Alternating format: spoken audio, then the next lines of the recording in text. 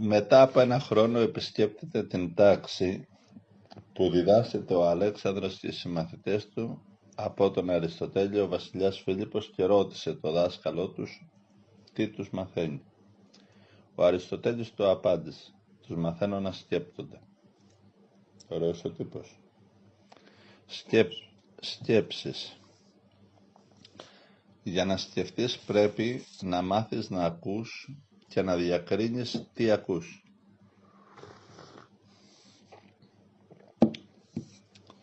Για να σκεφτείς δεν πρέπει να είσαι δέσμιος σκέψεων, εχμάλωτος δηλαδή των σκέψεών σου. Ένας άνθρωπος που είναι εχμάλωτος των σκέψεων του, έστω και των μεγάλων σκέψεων, με μεγάλα νοήματα, στην πραγματικότητα δεν μπορεί να σκεφτεί.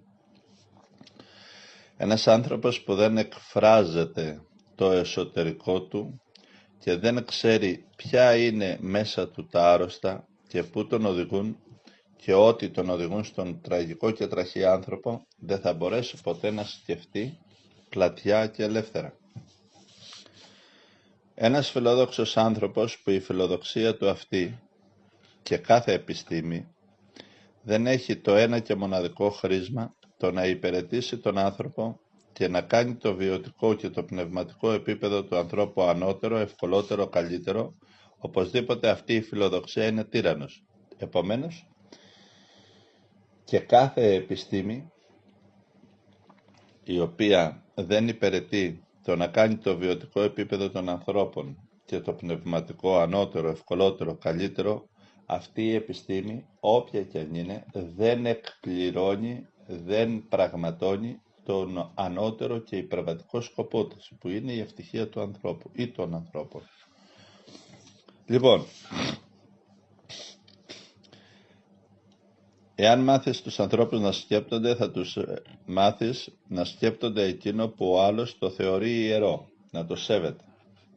Είναι φύση αδύνατον ένας άνθρωπος ο οποίος όντως αγαπάει και σέβεται τον άνθρωπο να μην σέβεται εκείνο που είναι ιερό για τον άλλον. Βεβαίως, δεν σημαίνει ότι το προσκυνάει ή το αναγνωρίζει σαν ιερό, αλλά το αποδίδει σεβασμό, διότι εκεί σε εκείνο ο κάθε άνθρωπος έχει βάλει τα θεμέλια του. Εάν δεν έχεις αυτά τα θεμέλια, δηλαδή τα δύο που είπαμε, το να σέβεσαι τα ιερά του συνανθρώπου σου, αυτά που αγαπάει δηλαδή, και να μεριμνάς για το βιωτικό του επίπεδο και για το πνευματικό του, είναι αδύνατον να έχεις ελεύθερες σκέψεις. Ακόμα και η καλύτερη σου σκέψη είναι να είσαι εχμάλωτος μέσα στα όρια του. Το να βάζεις τη σκέψη εκεί, πρώτα πρέπει να διδάξεις ελευθερία και όχι τελειότητα. Ελευθερία, άνθρωπε μου, πρέπει να βάζεις αρχηγικό μέσα στη σκέψη σου, μέσα στο λόγο σου, μέσα στη διδασκαλία σου, μέσα στον ερωτά σου, μέσα σε όλα. Ο άνθρωπος είναι εδώ μία οντότητα που προέρχεται από την τέλεια έκφραση του δημιουργού του και είναι ελεύθερος. Γι' αυτό και η Αγία Γραφή εμποδίζει και λέει ουδής τέλειος, γιατί η τελειότητα είναι ο Θεός και είσαι κοντά στο Θεό τόσο όσο πραγματικά ελεύθερος είσαι. Είσαι κοντά στον αληθινό εαυτό σου τόσο όσο πραγματικά ελεύθερος είσαι. Οι σκέψεις σου σε ωφελούν τόσο όσο ελευθερία αληθινή ουσιαστική σου δίνουν. Και μιας και λέω ελευθερία, δεν μιλάω για συνδοσία.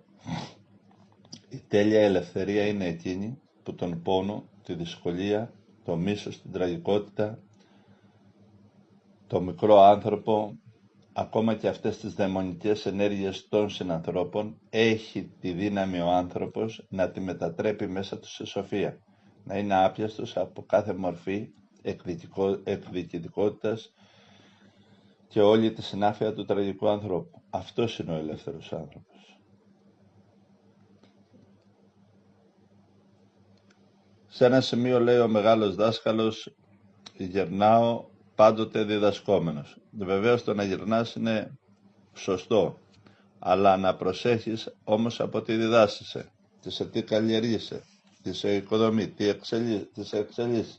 Δεν σημαίνει γυράσκω λέει αεί διδασκόμενος. Ναι, αλλά τι διδάσκεσαι? Άμα εσύ μεγαλώνεις και διδάσκεσαι αρλούμπες, βλακίες, πράγματα μισητά, πράγματα τα οποία σε γεννάνε παρά το ότι είσαι μεγάλος στον τραγικό άνθρωπο, είναι κακή διδασκαλία. Λοιπόν, να διδάσκεσαι και να καλλιεργείσαι, να οικοδομείσαι και να εξελίσσεσαι. Τι να το κάνω εγώ να γυράσκεις και να νομοθετείς μοντέλα ζωής που αποχαυλώνουν τον άνθρωπο, που υποχρεώνουν ολόκληρες γενιές να ακολουθήσουν αυτά που εσύ δίδαξες, νομοθέτησες και να είναι εκτρώματα σαν όντα. Λοιπόν, δεν έχουμε καταλάβει ότι ο άνθρωπος, όσο δεν μοιάζει με τον Χριστό, είναι μεταφορέας του θανάτου. Τόσο τραγικό, τόσο δύσκολο είναι να καταλάβουμε επιτέλους πού είναι η βάση της ζωής. Ο άνθρωπος δεν θα ευτυχήσει όσο είναι μακριά από το Χριστό άνθρωπο της δικής του καρδιάς.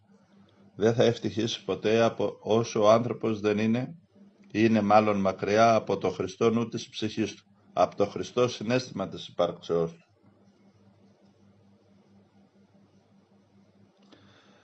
Είναι βεβαιωμένο ότι δεν βοήθησε κανέναν η μικροψυχία. Χρειάζεται μεγαλοψυχία, πλάτος και ευρύτητα. Όλα τα ιερά όντα, τα πλάσματα που πέρασαν από αυτό τον πλανήτη και τους ονομάζεται μεγάλους δασκάλους, μεγάλους ευεργέτες, μεγάλους ερευνητές, μεγάλους νομοθέτες και της ζωής και του πνεύματος, από τον Μωυσή μέχρι τον Ηλία, από τον Ιησού μέχρι τον Πλάτωνα και όλους αυτούς, διακρίνονται από μία βάση, ένα κοινό σημείο. Είχαν μεγαλοψυχία.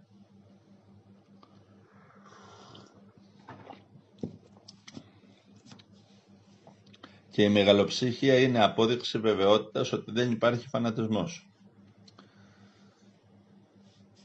Έχουμε πει ότι οι εχθροί του ανθρώπου είναι τρεις: η άγνοια, ο φανατισμός και ο νεκρός λόγος. Η άγνοια, όση γνώση και να αποκτήσεις, δεν θα θεραπευτεί ποτέ. Γι' αυτό προβάλλουμε και γνωρίζουμε όλοι ότι μόνο η ύπαρξη που έχει αγάπη, η ύπαρξη αγάπης νικάει την άγνοια. Ο φανατισμός εκ φύσεως μέσα στον άνθρωπο δημιουργείται, σπέρνεται, καλλιεργείται από τα συστήματα, από τα μυαλά μας, από την ατελειά μας, από όλα αυτά που θεωρούμε αναγκαία να τα έχουμε και είμαστε έτοιμοι να τα αρπάξουμε και από τους άλλους, από την ιδέα μέχρι οτιδήποτε. Ο φανατισμός θεραπεύεται όταν καλλιεργείσαι και χαλιναγωγείς τον εαυτό σου να είσαι φιλικός, να ζεις τα πάντα με προσευχή, με επίπεδο προσευχής και να τάσσεσαι θεληματικά να γνωρίζεις και να δίνεις τον εαυτό σου στην χριστή θεότητα της καρδιάς σου, δηλαδή να είσαι χριστό πλάσμα, χριστόν.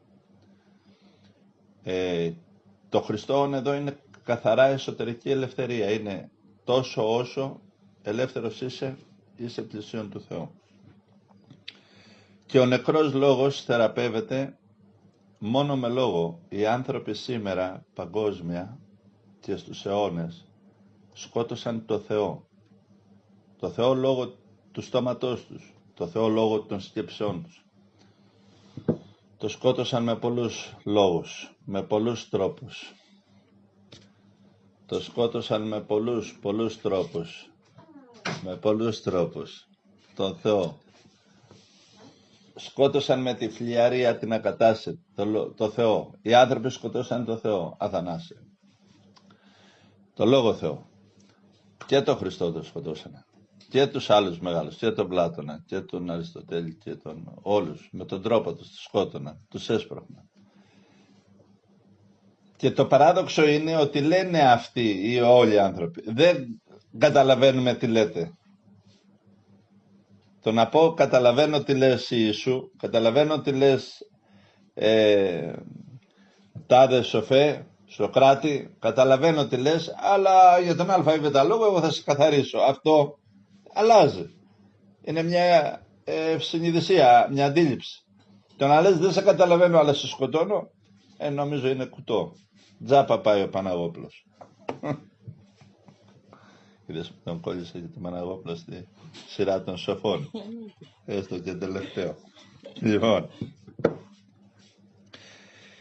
δεν βοηθάει κανέναν η μικροψυχία. Χρειάζεται μεγαλοψυχία, πλάτος και ευρύτητα. Δεν βοήθησε κανέναν ο φανατισμός. Ο φανατισμός, η χειρότερη μορφή φανατισμού είναι ο θάνατος του λόγου. Σκοτώνεις το Θεό μέσα σου. Διότι δεν μπορεί να είσαι ποιητής καλός με άρρωστο λόγο. Δεν μπορείς να είσαι νομοθέτης σωστός με άρρωστο λόγο. Δεν μπορείς να είσαι άγιο, οντότητα, αγιότητα, συν νους υπέροχος και ταυτόχρονα να είσαι βρώμικος στο λόγο. Και αν μέσα σου έχεις ψεκάδια ή τρίματα κακού λόγου ή σκέψεων ή οτιδήποτε, δεν θα εκφραστούν ποτέ από ένα ιερό, διότι δεν έχουν θέση στη ζωή του. Έτσι λοιπόν ο φανατισμός του λόγου που σκοτώνουν τον ιερό και την ιερότητα του λόγου από όλα αυτά που ο καθένας φλιαρεί δια του στόματός του με το εσωτερικό του και με τις πράξεις του, γιατί και η πράξη είναι πυκνός λόγος. Είναι πραγματώνω το λόγο αυτόν αυτή τη στιγμή. Λοιπόν, ο φανατισμός παρά τα αυτά είναι ο μεγάλος και δεύτερος εχθρός του ανθρώπου. Δεν βοήθησαν κανέναν οι αλυσίδες, οι φοβίες των κρατών που τους αποδεικνύουν δαίμονες. Είναι σαν ένας νους με τυραννικές σκέψεις. Πώς λοιπόν μπορεί να κάνει το καλό?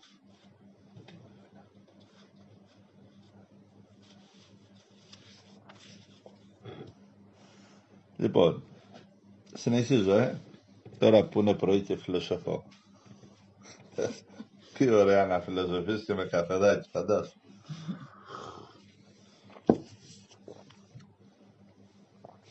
Η ανθρωπότητα ισχυρίζομαι ότι έχει καταντήσει μία μάνα που γεννάει εκτρώματα, γεννάει πτώματα, γεννάει κατ' ουσίαν νεκρά όντα, γεννάει συστήματα τραγικά που αντί να λυτρώνουν και να ζωογονούν, να ευκολαίνουν, να καλλιεργούν, να χαροποιούν τον άνθρωπο, καταστρέφουν τον ίδιο τον άνθρωπο.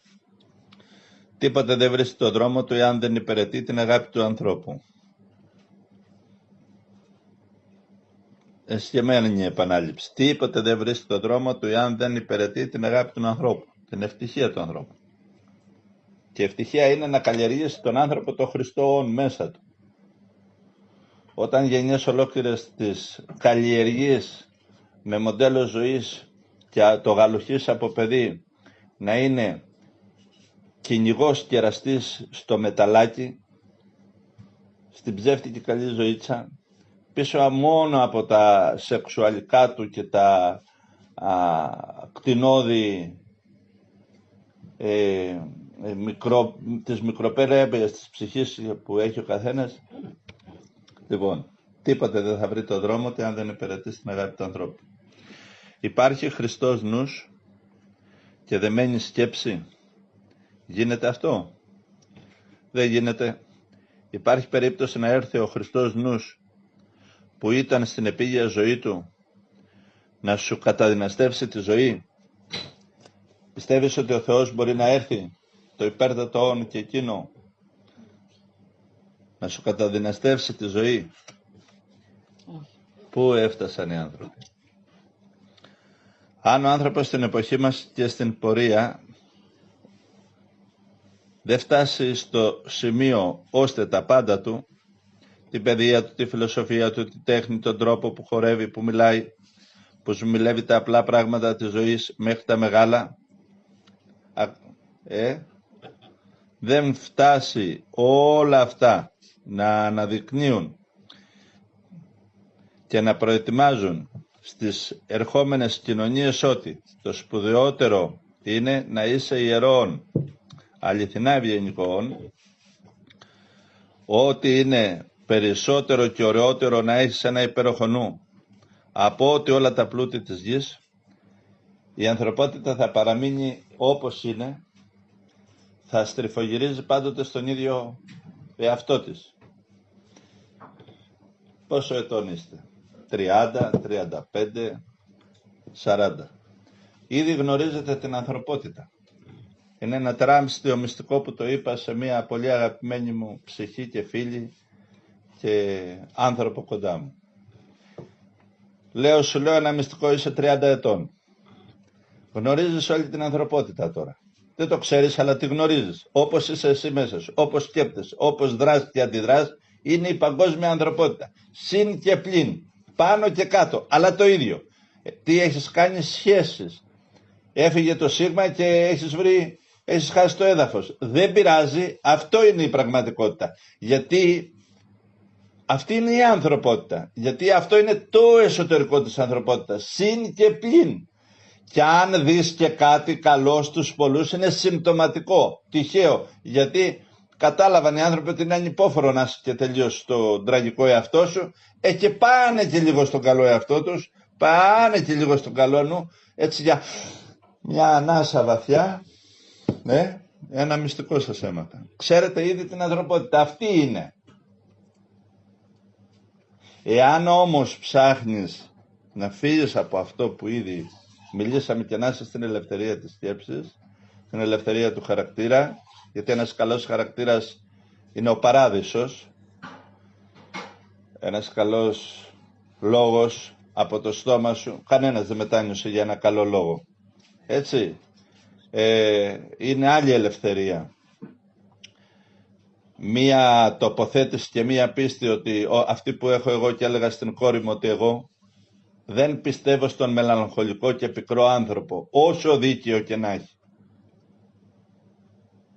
Δεν πιστεύω, δεν με εκφράζει. Έχω περάσει από εκεί, είδα πως είναι, δεν μου αρέσει. Δεν έχει να σου δώσει κάτι. Αντίθετα, σου κατασπαράζει την ψυχή την ίδια στιγμή που η ζωή, άμα εσύ έχεις χρηστή εσωτερική στάση, σου προσφέρει άλλα, καινούργια δώρα. Και πολύ καλύτερα ίσως. Λοιπόν, αν δεν φτάσει να κατανοήσω ότι όλες οι γνώσεις δεν φτάνουν, δεν μπορούν να βοηθήσουν, πώς θα γίνεις ελεύθερο πλάσμα? Τότε ο κόσμος θα παραμείνει στη δυστυχία του και θα πηγαίνει από το κακό στο χειρότερο. Μήπως τραβηχτεί τελείως, φοβάμαι, και ο Θεός και δεν μείνει τίποτα.